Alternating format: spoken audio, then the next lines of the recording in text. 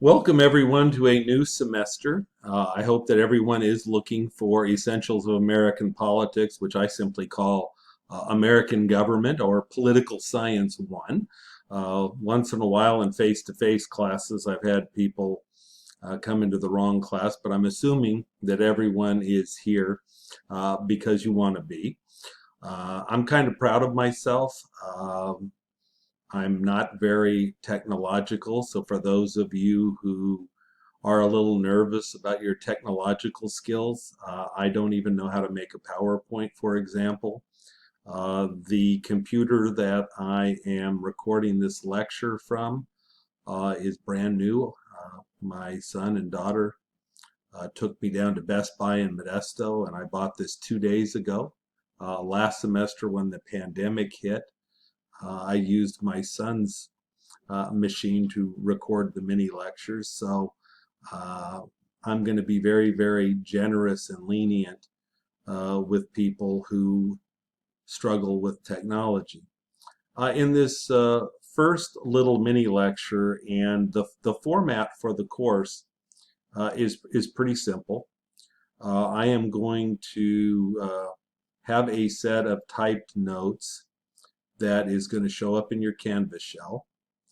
And embedded in the notes will be 15-minute mini lectures, and they will be embedded within the text where I happen to end up. And I'll spend about half the time specifically going over what is written, and then about half the time I'll be offering examples, illustrations, modern day parallels, or whatever it happens to be.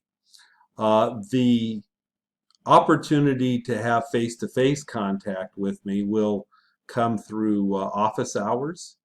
I will have a Zoom office hour, and if you've downloaded the syllabus that's in your Canvas shell, or if you've looked at it, I will have Zoom office hours, and I'm still learning how to do that. So uh, be a little bit patient with me as well, and I'll try to do the same. But I think I'll have it figured out by then. I've been on Zoom many times in many meetings. I've just never hosted before, so that's going to be the change for me. And I've been told it's very easy. And I'm getting a little mini tutorial on that tomorrow. I'm making this mini lecture the week before class, and so I do have some time to get a tutorial. And of course, my son, who's my whiz, I guess I would say, with technology, has said, I host these Zoom meetings all the time, Dad. I'll show you how to do it. If the school doesn't teach you how to do it, I will. So I will have a Zoom hour. It says Monday, Wednesday, Friday, 8 to 9. And most importantly, I have in by appointment because for a lot of you, 8 to 9 on Monday, Wednesday, Friday may not work. You may have work, you may have child care obligations, you may have a whole variety of things. And certainly, if you need to contact me by Zoom, you can do that. Of course, you can ask questions through Canvas. You can email me personally, and my email is on the syllabus, the randall.r@mccd.edu. And so you can do that. But I really, really welcome student contact. And just from last semester, in terms of actually teaching the course, students were very complimentary. They did point out, however, that I didn't tell very many stories online. It wasn't as funny. That normally in face-to-face, they really enjoy the humorous stories in the interaction. My response to them was, first of all, I've never taught online before.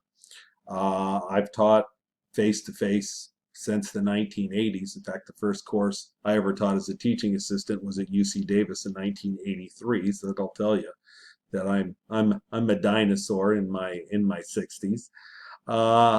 But as I give these lectures, all I can see is myself on a computer screen, and in the lower left-hand corner, I can see the time clicking away. My 15 minutes is ticking away. So I'm at 5 minutes and 2 seconds right now, for example. And so it's far less spontaneous, but I will do my darndest to make sure that the information is clear.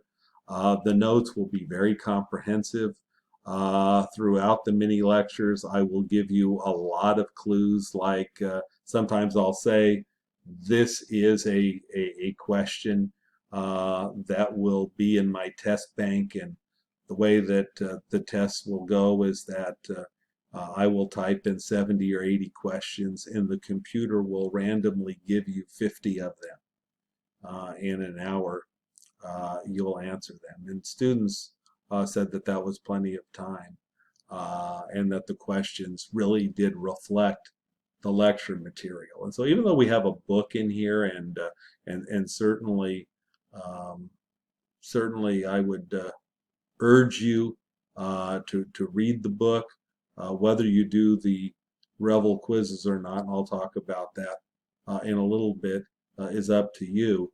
But make sure that you watch the mini lectures and that you read the lecture notes, because the exams will overwhelmingly come from the lecture notes. And so that's kind of the first crucial key. The reason why I'm teaching the course this way, I know some instructors want to teach synchronously, but because of this pandemic, people's lives are in turmoil.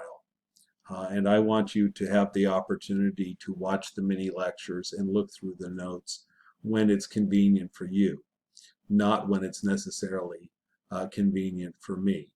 So the Zoom office hours will be an opportunity for you to connect with me directly. And again, if that 8 to 9 does not work, we will find a way where we can have interaction.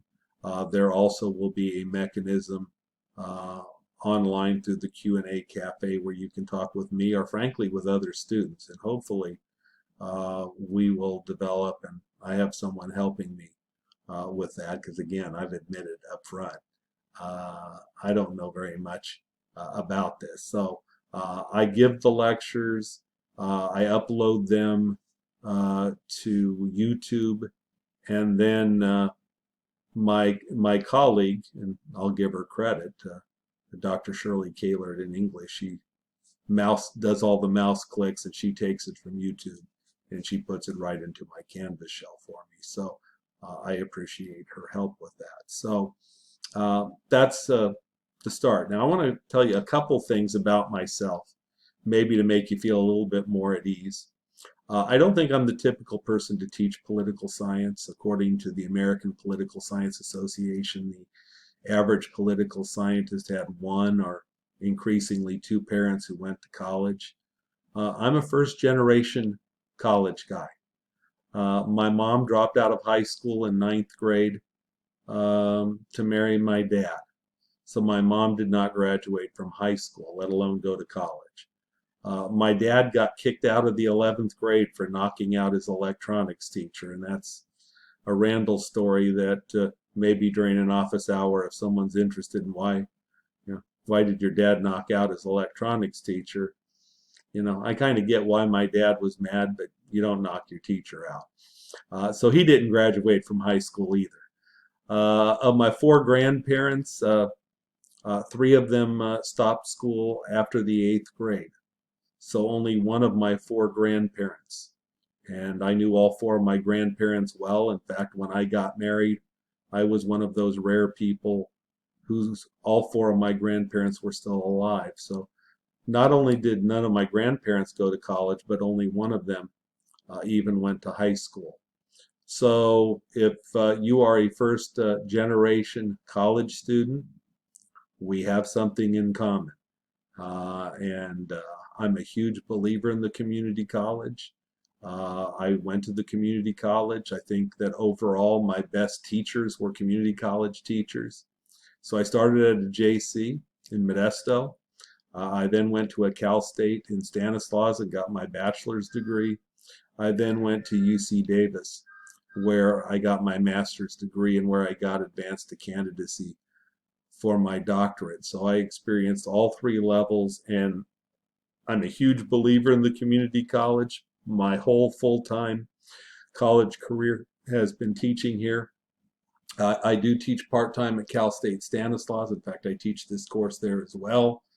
I always tease my Stanislaus students and say that you're paying a hell of a lot more money for the same course that my students in Merced are taking. So they're getting the same course, they're getting it a hell of a lot cheaper. So there's a myth about the Cal State students being brighter, and they kind of laugh and I kind of laugh. And there you go. Now, most of the syllabus you can look through for yourself. I do like the textbook. The authors are a bit more liberal than me. I call myself kind of moderately liberal. I think that your textbook authors are very liberal.